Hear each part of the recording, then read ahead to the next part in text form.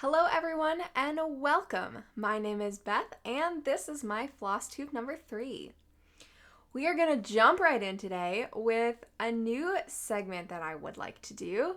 I've been catching up on Flosstube lately, and one of my favorite Flosstubers is Michelle Garrett, Bendy Stitchy, and she opens up her Flosstubes with her best new thing. And as I've mentioned in my last 2 videos, I really enjoy learning things, and I'm always learning new things with my stitching. And so I thought I would open my videos and share with you some things that I've learned since the last video. So this week I begin with pin stitches. In my last video, I talked about wanting to learn pin stitches and thinking that they would be really useful for a couple of projects that I'm working on.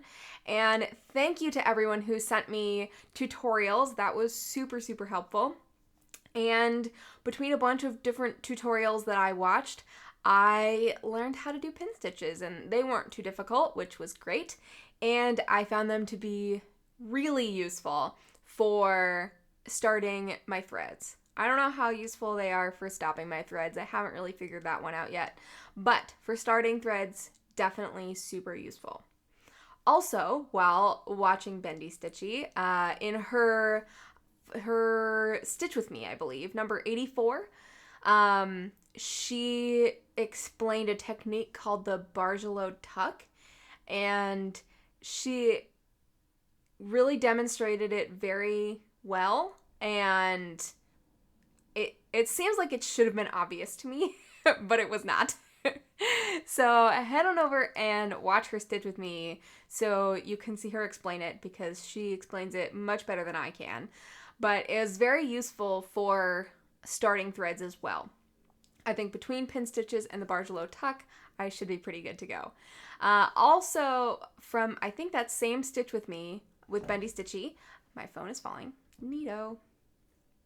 Should probably find a better spot for that. She said something like, oh, everyone probably knows this, but if you're ever having trouble separating your strands of floss, here's a tip. I did not know it. Again, it seemed pretty obvious, but she demonstrated that if you're having trouble getting the ends to separate, that if you just like tap on the top of your floss, that they'll just separate for you. And she also showed pulling a strand of floss straight out of the top of the strands of floss as opposed to trying to pull it apart this way, which is always what I've done. So I've definitely been doing the pull out of the top method since then. So thank you, Michelle, for all the lessons you taught me in your one video. All right.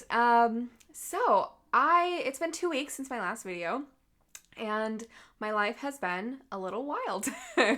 I went to New York City, and along with MuggleNet, which I volunteer for, we put on 2 absolutely wonderful events with New York Comic Con.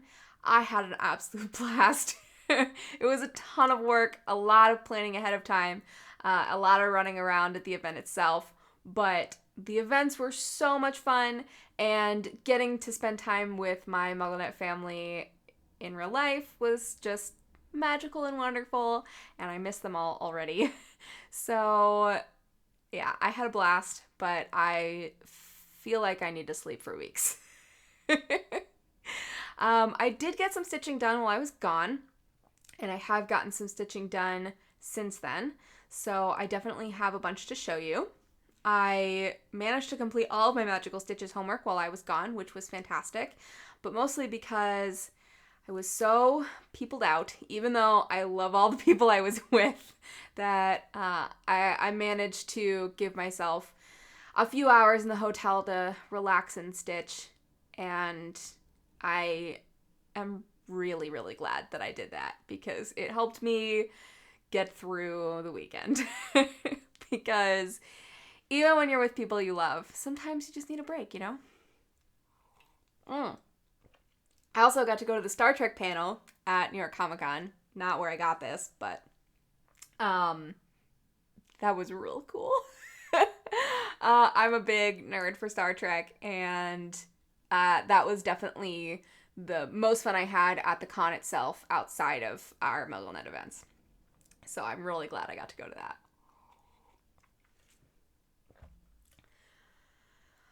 Also, as I've been doing all right with completing my homework, I took a look at how I'm doing with the extra credit and the ultimate challenges for Magical Stitches, and I'm behind.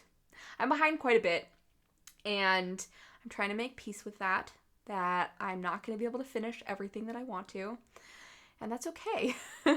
I'm definitely going to be able to complete the majority of the extra credits for this month, but I'm not going to get to everything. I'm just being realistic. I'm not going to get to everything. And Ultimates, I'm really behind. Really behind. I started out behind. I didn't start Magical Stitches at the beginning of this year. So I don't know why I thought that I could complete all of it. But I can't.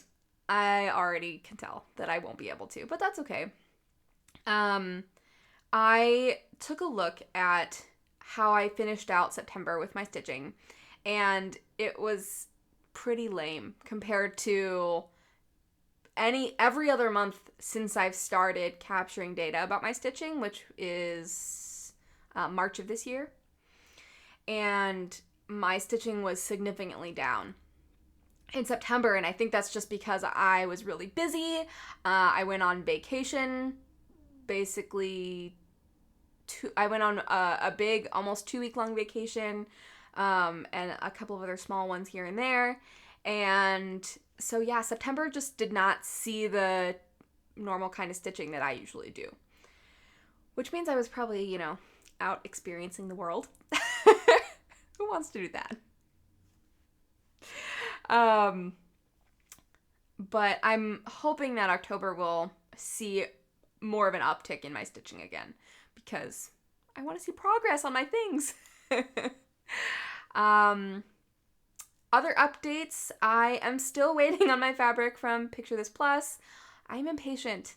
I don't like to wait, and this is a long time to wait. I think I ordered the first week of September, and I'm still waiting. And it's October 8th when I'm recording this. So, I know that's still within the normal range of time to wait for hand-dyed fabric, but I'm struggling. And the second part of the Tiny Modernist Christmas Sal, which is what I'm waiting for fabric for, just came out. And I'm like, no, I want to start it. So working on my patience with that one.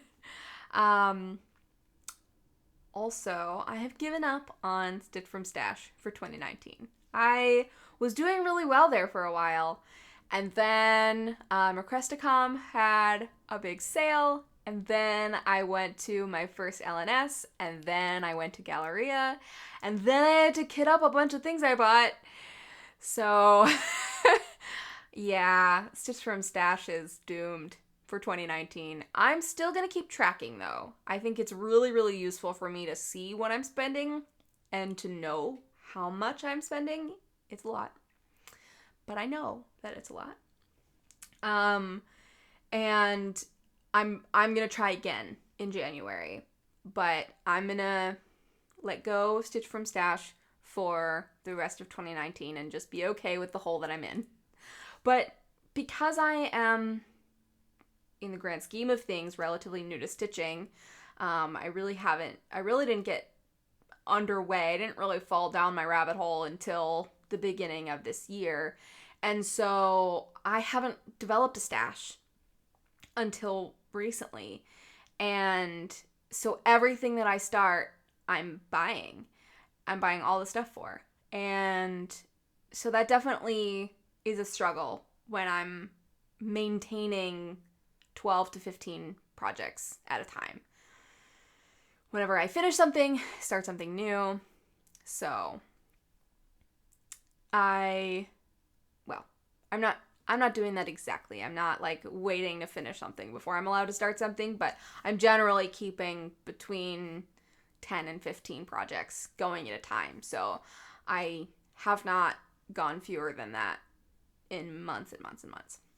And I don't really want to. I'm really liking stitching a bunch of projects at a time. So, to the amazement of my boyfriend. But yeah, Stitch from Stash is dead for 2019. And the last thing that I want to talk about before I get into my stitching is that I organized all my physical charts. As I mentioned in one of my previous videos, I gravitate toward PDF charts. They're just easier for me. I mark them up on my iPad, and I don't have to carry around physical charts and worry about them getting messed up and worry about copying them or scanning them or anything like that. But as I have had the opportunity to do shopping in person, I have accumulated quite a number of physical charts at this point. I do plan on scanning them in so that I can continue to use my iPad, but my scanner is in storage right now, and I have to go find it. So that has not happened yet. So I've usually been referencing my physical patterns and not marking them up so that they stay pristine for me to scan in. With some of my smaller charts, I have been able to use a scanner app on my phone where I just take a picture and it'll convert it to an image. So that's super useful. But I tried to do that. Like, I have the physical chart of Autumn Quakers and it did not come out in the phone scan. So I'm going to have to get my flatbed out. But even after I've scanned in my charts, I want to have the physical charts stored so that I can reference them later if I need to. And so I'm really happy with the storage that I've come up with. And this is it. So I got a binder. It's a 1-inch binder. And this is going to be cumbersome to show you. And I put all of my charts in plastic sleeves, and you can see the spare plastic sleeves here, and that just helps to keep them protected.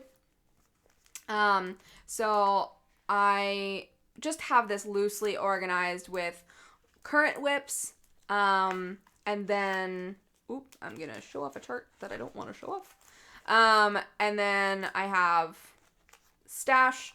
And these are things that I have kitted up. And then moving on to stash that I don't have kitted up. Sorry, that was probably really noisy. So yeah, I'm really happy with this. I don't have a way yet to I got distracted, sorry. I don't really have a way to store my kits yet that are in my stash. That's still plaguing me. If you have any ideas or suggestions, let me know, because yeah, they're kind of just bopping around, because I'll put them one place and that's in the way of something else, so I'll move them and then that's in the way. So I gotta figure that out.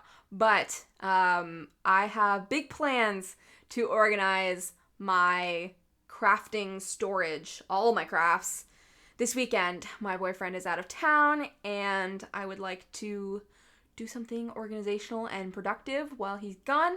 And that's, I think, the most high value project right now, is getting my crafts under control. Most importantly, my cross stitch under control. So hoping that that will get done. And if I do that this weekend, if I am successful with that plan, I will probably be documenting my progress on my Instagram stories. So head on over there to see what I'm up to. My Instagram is busybsillyme, and I'll have it linked in the description below. All right, let's get talking about stitching. So I had a start this week, and I'm loving this. I am working on my Yellowstone Old Faithful piece, and let me pull it out so I can show you what it looks like. It's in my physical binder. This came as a kit, but I replaced the fabric. I was thinking about replacing the threads too. The kit kind of freaked me out because it talked about like washing the threads beforehand, that some people like to do that. And I was like, ugh, are these threads like super duper, like not color fast? Are they going to crock off on my fabric or something, even if I don't wash it? It really freaked me out. But as I was getting, the kit also said the DMC numbers. And as I was getting the DMC out of my stash, I was like, these are just DMC threads in the kit. I don't know why they made me panic about it, but they're just DMC. So I decided to use the threads from the kit, and they were really kind and did not cut the threads shorter than I like. They are actually the exact size that I cut my threads. So I just went ahead and used what was in the kit because I only had about a third of the floss in my stash. So yeah, absolutely no reason to not use the floss in the kit. So this is what it looks like. And I did replace the fabric because the fabric that they gave me was fine, but it barely had like 3/4 of an inch on either side. And I like more of a border than that. So I just pulled some Aida. I had some like regular craft store Aida off a roll, and so I pulled that, and I think this is the top. This is what it looks like.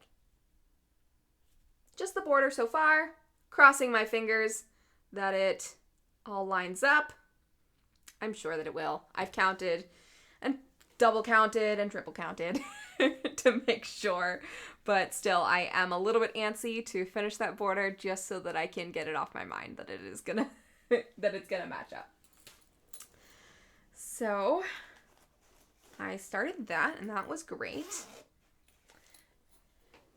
Now I have a finish. This finish I'm so excited to show you. This was my oldest whip. So also my first full coverage. This piece is really what started my fall down the rabbit hole. When I started this project is when I truly fell in love with cross stitching. Not that I wasn't enjoying it before. I'd done a bunch of projects before this, but this is where I was like, I cannot stop doing this. I need to have a million projects and do this forever. So here is my finish. I love it. I love it so much. And I am so happy to have it done. It's a bit of a weight off my shoulders to have this done because I've just been working on it for so long. I started it in January or maybe February. I forget. I'll do a post about this on my Instagram with all of the information about how long it took me to finish and all that sort of stuff. So yeah, there it is. I'm so pleased with it. If you look at it really closely, the coverage is not the best with the darker colors, but honestly, 3 foot rule, right? Like if I hold it far enough back, it really does not detract from the finished piece. So I'm totally thrilled with it. I can't wait to wash it, to get the grit out, and figure out how I'm going to finish it. I don't know. Since it's round and the fabric is white, I don't really want to finish it in like a square frame. And I have not had good success finding round frames. I also hate framing myself. So I doubt I'm going to put this in a frame, but I feel like it's too special just to finish in a hoop. But maybe that's what I'll do. Maybe I'll wrap a hoop or do something nice with a hoop. Or maybe I'll hold on to it and contact a finisher to see if they have any ideas for how to make this special. I don't know. If you have any ideas for me, let me know in the comments below because I want this one to be special. All right. When I finished this one, I finished it yesterday, and putting in the last stitch was so surreal. It's always surreal for me finishing a project, but I was just like, I felt lighter than air putting the last stitches in on this. I don't know why it has affected me so much finishing this project, but this project feels like it was a milestone start for me and therefore a milestone finish. All right, moving into the rest of my whips, I worked on the Pride and Prejudice cell a little bit more. That's how far I got. It's looking very lovely. And the second part has already come out, so obviously I'm behind. What else is new? But I am making progress on that one. Next, I worked on Emerald City. This is the project that I worked on the most in September, and already I'm putting in a good number of stitches on it in October. So even though I am really behind on this project, I'm really happy with the progress that I'm making on it. I'm really happy with how it's looking, and I am for sure like focused in on progress on this project moving forward. So this is what it looks like. I'm making progress on the Good Witch of the North. Down here at the bottom, I finished the Scarecrow. I put in the Crow. And now I'm doing the plants around the Good Witch of the North.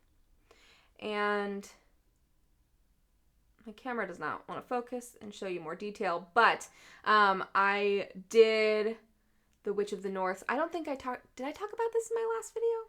Apologies if I did, but I did the Witch of the North over 1. This is 32 count, and was that a blast? I loved doing the over 1 stitches on this.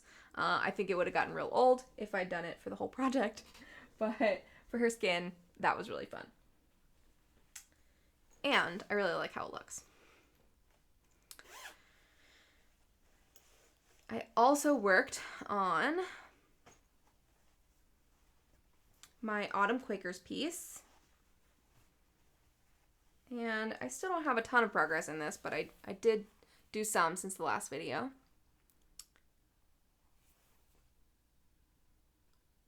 So that's what I have so far.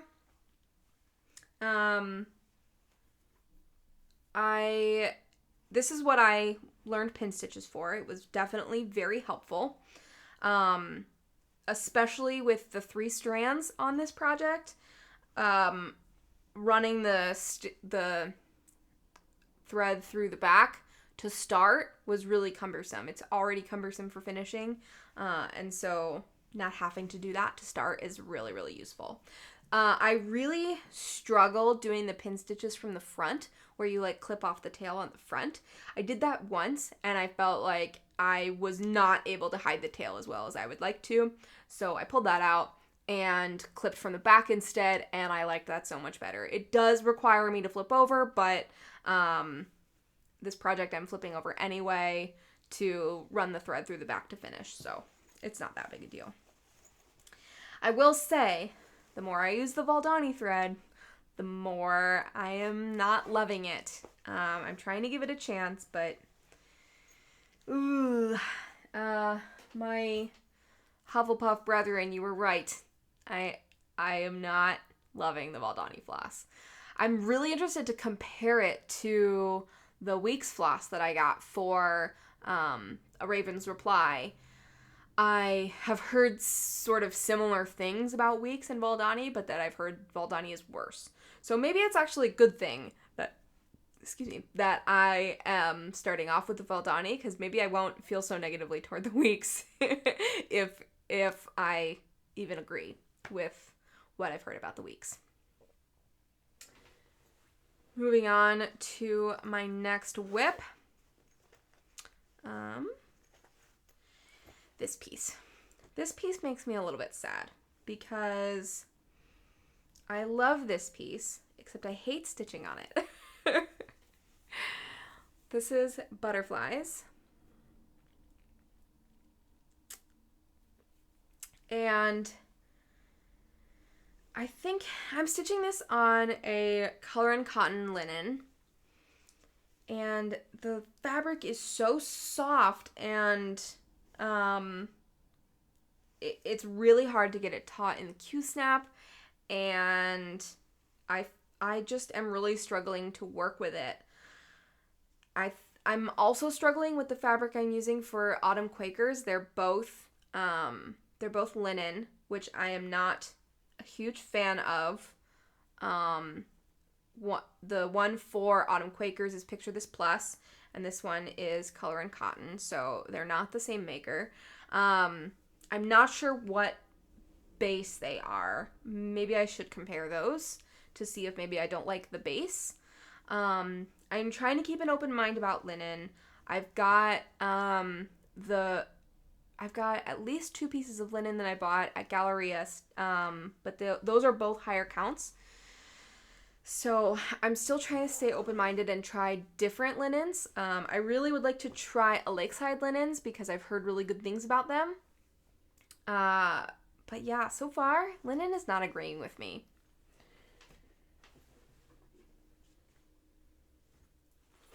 All right, and my last whip from the last couple of weeks is one that I had let get really stale. I've brought it up a couple of times. This project. I am loving how this is coming along. This is full coverage. It's a piano, in case that wasn't obvious, which it might not actually be obvious.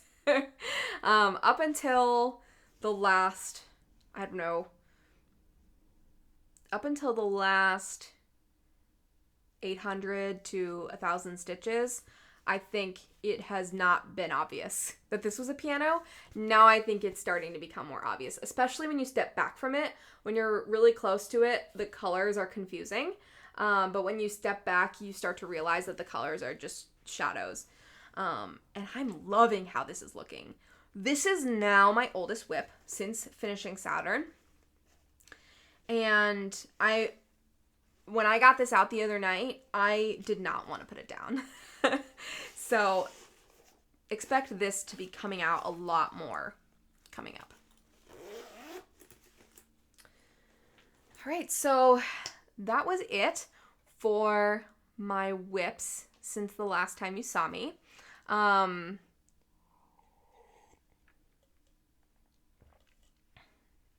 Now that I have finished Saturn, I still have 3 projects that are within 2,000 stitches of a finish.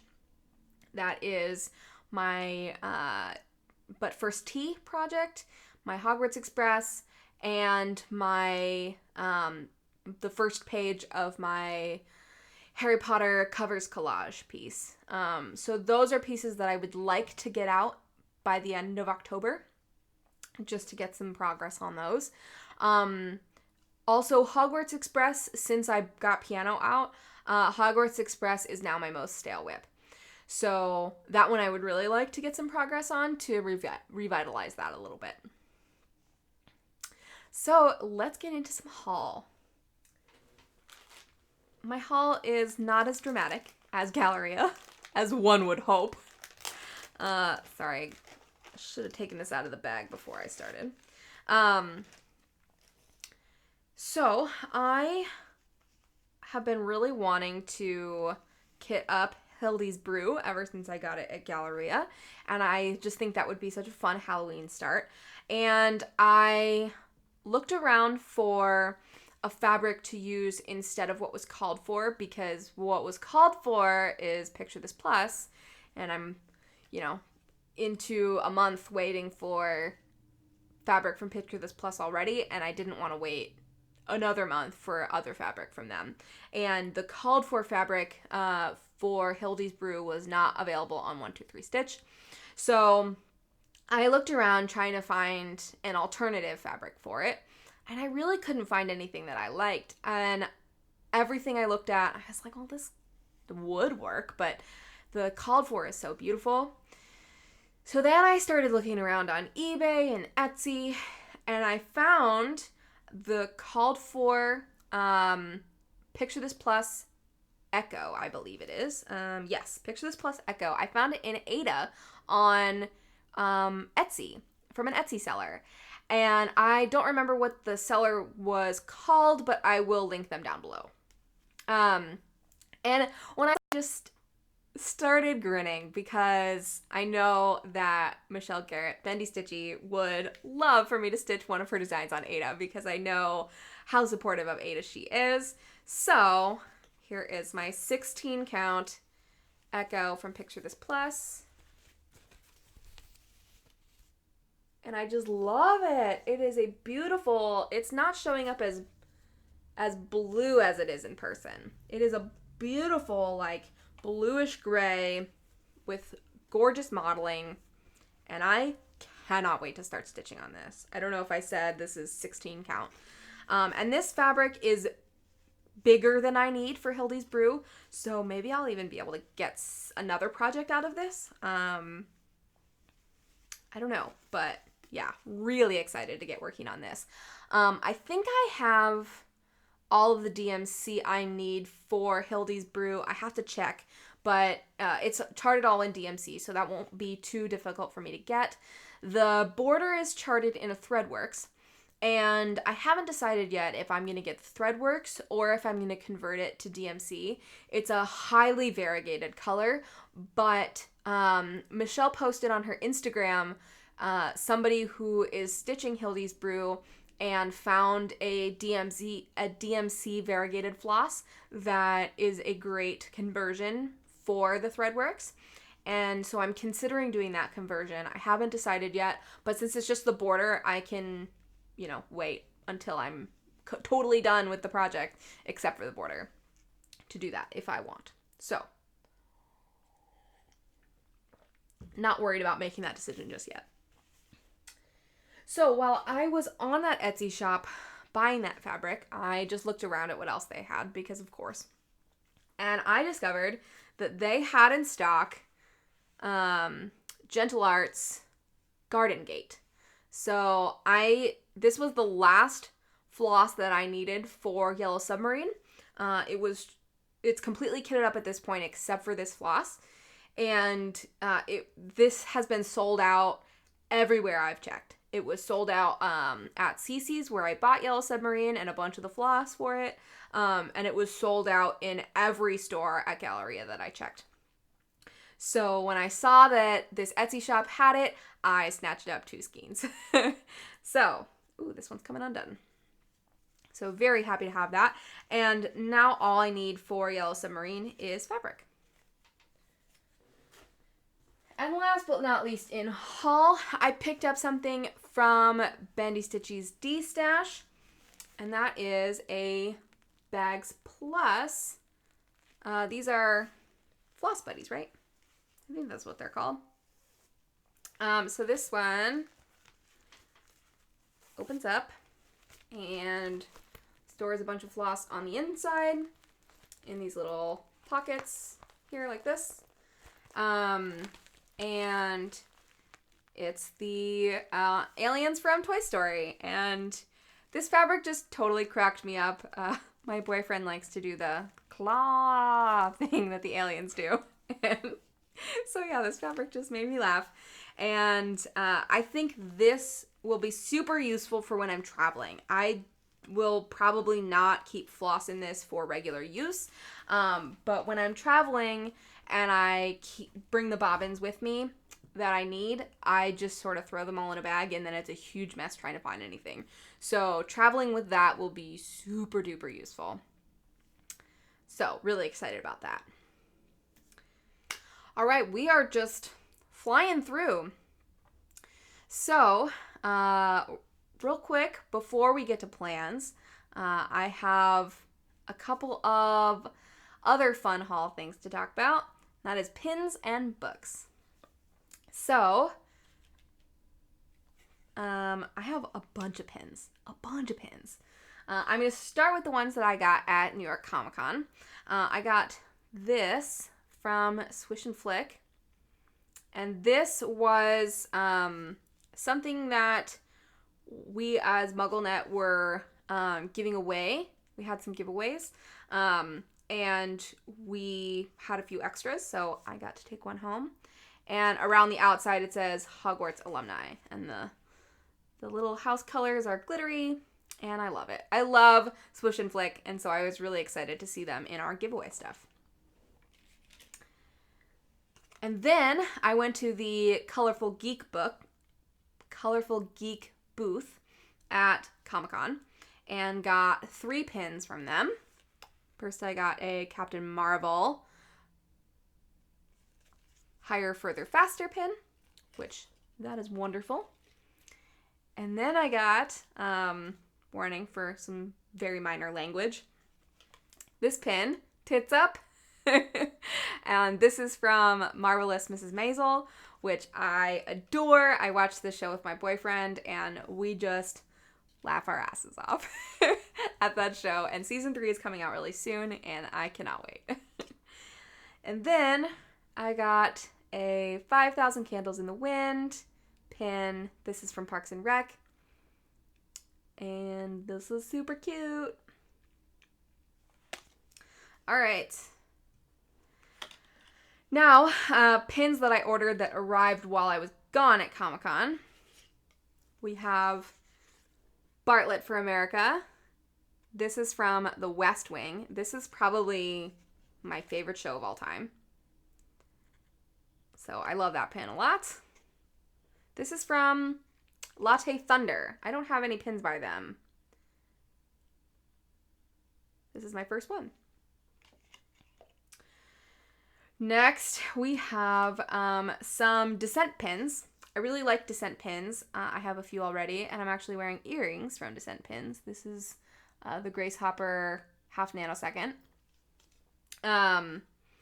So we have this one. This is an Ada Lovelace punch card. So that is awesome. Then I have There Are Only Infinity Genders.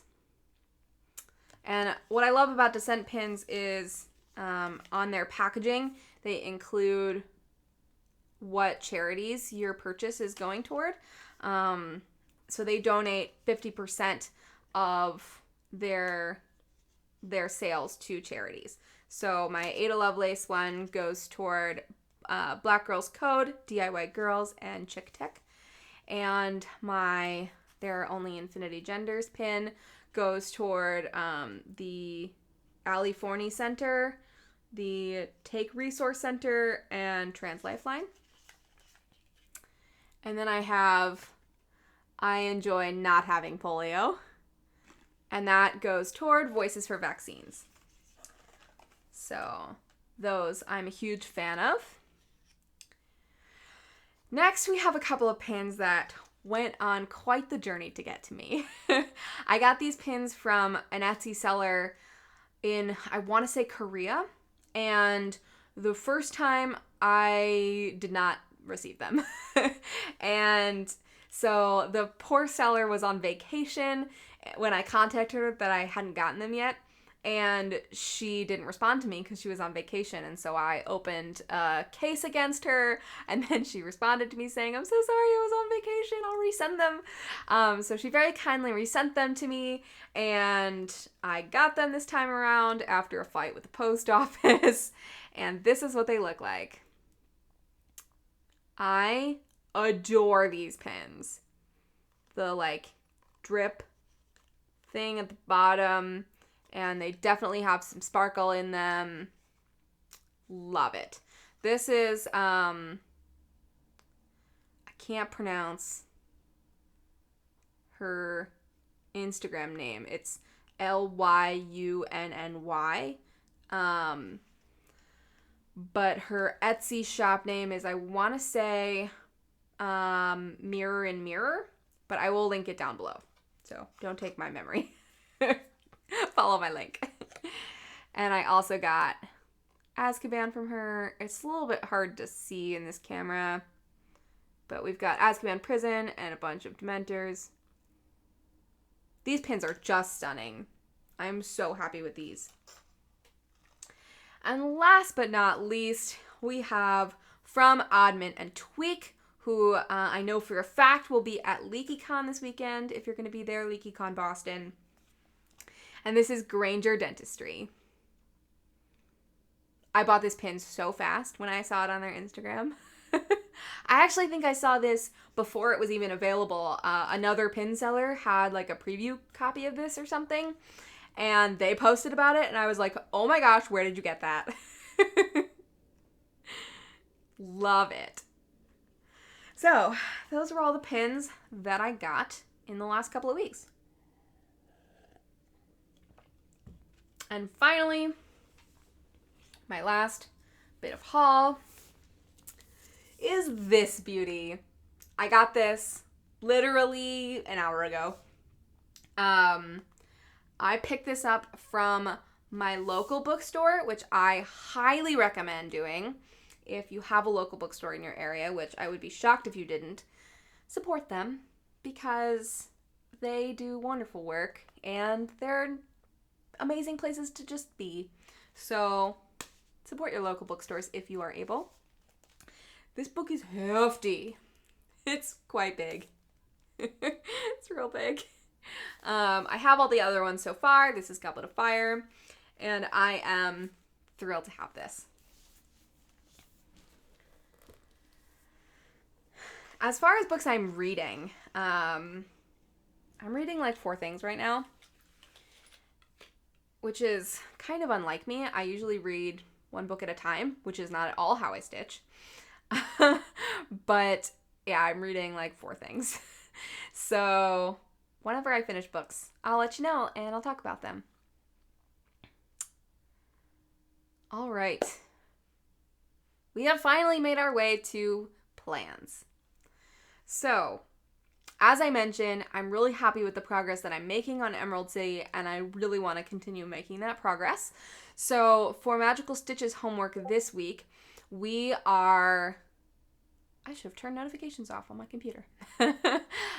For Magical Stitches homework this week, we are stitching on 4 projects, and we have to put at least... All right. We're going on Do Not Disturb. Maybe.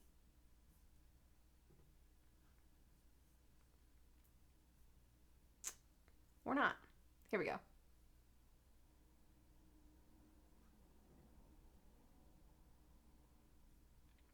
Cool. All right. Sorry about that. We're stitching on 4 projects, and we have to stitch at least 100 stitches on each one for 1,000 stitches total. So I am stitching 700 stitches for the maximum on Emerald City, and then I'll do 3 projects, 100 stitches. Those 3 projects are a little bit up in the air, but I think the ones that I want to do are Yellowstone, Old Faithful, because I really want to finish that border. I think I probably have more than 100 stitches in the border, but I'm really eager to get those lined up. And then I think it's a really good opportunity to start the Galleria freebie I got from So Much to Love. So I'm going to do that. And then I will work on the Pride and Prejudice Sal. I'm also hoping to get in some stitching on the Pride and Prejudice Sal for some extra credits that I have. Next week, I'm thinking that I'm going to start Hildy's Brew, which I'm really excited for. And then that might be it. Yeah, I think that's it. So focus on my sals, cross my fingers that my Picture This Plus fabric comes in, and yeah, just get stitching. Obviously, it makes me sad when my boyfriend goes on vacation without me, but honestly, I'm a little bit excited to get some me time in, especially after all the traveling that I've been doing, and just sit at home in the quiet of my home, do some stitching, do some cleaning and some organizing, and have a nice relaxed weekend. So I hope all of you have a nice relaxing weekend as well, and I will see you next time. Thanks for hanging out with me.